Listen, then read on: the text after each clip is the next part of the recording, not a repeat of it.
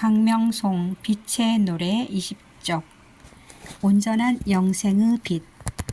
미국 커네티컷주에 사는 내시라는 여성은 침팬지를 기르는 친구 집에 놀러 갔다가 침팬지의 손에 얼굴을 사정없이 쥐어뜯기는 끔찍한 사고를 당했다. 이 사고로 그녀는 안면 이식 수술을 받아야 했으며 사고 전에 아름답던 모습을 잃게 되었다. 앞의 사진에서 좌, 중자, 중우의 사진은 모두 2009년에 촬영된 것으로 이때는 빛 운영이 시작되기 전이다. 이들 사진은 내쉬 자신이 타고난 밝기인 3천만이라는 것과 불운하게도 큰 사고를 당해 본래의 아름답던 얼굴을 잃게 되었지만 내쉬의 모습이 띄고 있었던 본래의 밝기는 변함이 없는 것을 보여준다. 이 2014년 사진은 내쉬 자신이 자신의 근황을 알리기 위해서 인터넷에 게시한 동영상 속의 모습이다. 2014년은 빛 운영이 시작되고 3년이 된 때여서 태양, 지구, 사람들의 모습이 띈 진공빛이 한결 밝아진 상황이다. 그래서 내쉬의 모습도 본래의 자기 밝기보다 더 밝아진 빛을 띠게 되었다. 독자가 내쉬의 사진들 각각의 시선을 주면서 오링 테스트를 해서 비교해 본다면 빛 운영이 시작되기 전에 2009년에 촬영된 3장의 사진에 대해서는 오링의 힘이 매우 미약할 것이다. 그러나 우측의 2014년에 촬영된 사진을 바라본 때에는 오링의 힘이 매우 강해진 것으로 나올 것이다. 이는 빛 운영에 영향받아 태양, 지구상의 환경, 사람들이 띈 진공빛이 밝아졌기 때문이다. 빛 운영이 시작되기 전이었던 2009년 사고를 당하기 전에 내쉬의 본래 모습과 사고로 크게 다친 모습, 그리고 안면 이식 수술을 받아 모습이 전혀 딴판으로 바뀐 모습은 마치 전혀 다른 사람처럼 바뀌었는데도 불구하고 이들 사진이 띈 진공빛의 밝기는 왜 변하지 않았을까? 이것은 빛 운영이 시작되기 전에는 사람이 띈 진공빛의 밝기에 그 어떤 변동도 일어나지 않았기 때문이다. 즉 사람은 저마다 밝기로 태어나서 평생 진공빛의 밝기에 변동이 일어나는 일이 없었기 때문이다. 그리고 진공빛은 우주 만물에 안팎에 편지한 것이면서 우주 만물에서 초월해 전혀 아무런 영향도 받지 않기 때문이다. 사람이 띈 진공빛은 우주의 진공성분 빛이 사람 안에 깃든 것이고 이 빛은 사람 안에 있는 영이요 그 불꽃이다. 그리고 영성의 불꽃으로서 사람 안의 진공빛은 혼육, 심신의 편지에 있는 것이면서도 또한 혼육의 생로병사로에서 초월해 있는 것이다. 따라서 큰 사고를 당해 심신, 혼육이 크게 다쳐 상처받았어도 사람 안의 영과 그 빛은 전혀 손상을 받지 않는다. 심지어는 사람, 심신, 혼육이 수명을 다해 때가 되면 죽어도 진공은 무생이요 불멸인 까닭에 사람 안에 내재한 진공빛도 죽지 않고 영생한다. 그런 까닭에 내쉬가 사고를 당해 얼굴 모습이 크게 바뀌었으며 또 마음이 상처를 받았어도 그녀의 참 자아인 영성의 빛은 본래 그대로 변함이 없다. 내쉬의 경우만이 아니라 모든 사람이 다 마찬가지로 인생의 일이 사람의 영성에 영향을 주지 않는다.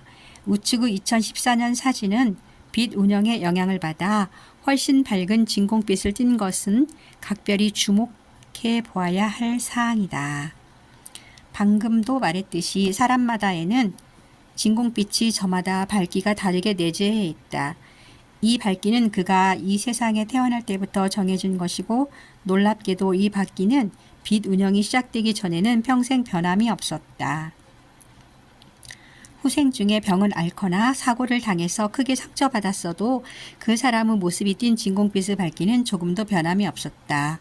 알 수 없는 과거부터 필자가 빛 운영을 시작한 지난 2011년 4월 21일 13시 52분까지는 그와 같은 상황이었다. 후천적으로 자연환경에서 영향을 받는 것이나 학습이나 경험, 신앙생활, 수행에서 그 어떤 경험을 하고 영향을 받더라도 그 때문에 후광이 밝아지지 않는다니. 신앙인이 되면서 사람이 딴 사람이 된 것 같고 치열한 수행을 통해 깨달음을 이루는 엄청난 변화가 일어나더라도 그 때문에 후광이 더 밝아지는 것은 아니라니. 아마도 뜻밖의 말이 될 것이다. 하지만 이는 실제 사실이고 확인 관찰이 가능하다. 깨달음은 무엇인가 여러 가지로 설명할 수 있지만 진공빛의 차원에서는 깨달음을 정의한다면 내주적인 자아인 영성의 빛이 우주의 진공빛 차원과 공명소통하는 것이다. 이것이 성통광명이다. 그러므로 깨달음이라는 것은 공명인자인 진공빛이 내재한 만큼, 즉 밝은 만큼 일어날 수 있는 것이며, 만일 진공빛이 밝지 않은 사람이라면 그는 그 밝기를 넘어서는 성통광명을 이룰 수가 없게 된다. 깨달음이 촉발할 만큼 영성의 빛이 크게 밝다면 그는 생애 중에 깨달음을 성취하게 된다. 하지만 빛 운영이 시작되기 전에는 어떤 사람이 밝은 이어서 깨달음을 이루더라도 그 때문에 영성의 빛이 자기가 타고난 밝기보다 더 밝아지지는 않는다. 빛 운영 전에는 진공빛이 밝아지는 변동이란 그 어떤 경우에도 일어나지 않았기 때문이다. 단 영성의 빛이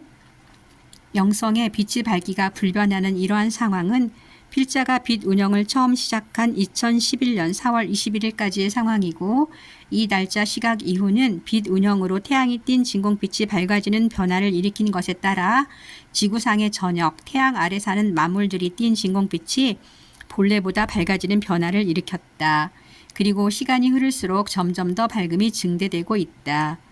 이 진공빛 차원의 변화는 지구상에서 처음 일어난 미증류 사건이고, 이 변화의 자취는 인류가 찍어온 사진들에 고스란히 기록되어 있다.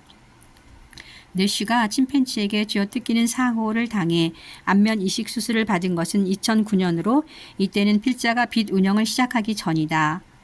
우측의 동영상이 촬영된 2014년은 빛 운영을 시작해 시시각각 계속한 지 3년 가까이 된 때이고, 이 무렵은 태양과 지구, 사람들의 모습이 띈 진공빛은 2000양 10의 28승 2000양으로 밝아졌다. 빛 운영은 앞으로도 계속할 것이니 2014년 이후에도 내시의 모습이 띈 진공빛은 점점 더 밝아질 것이다.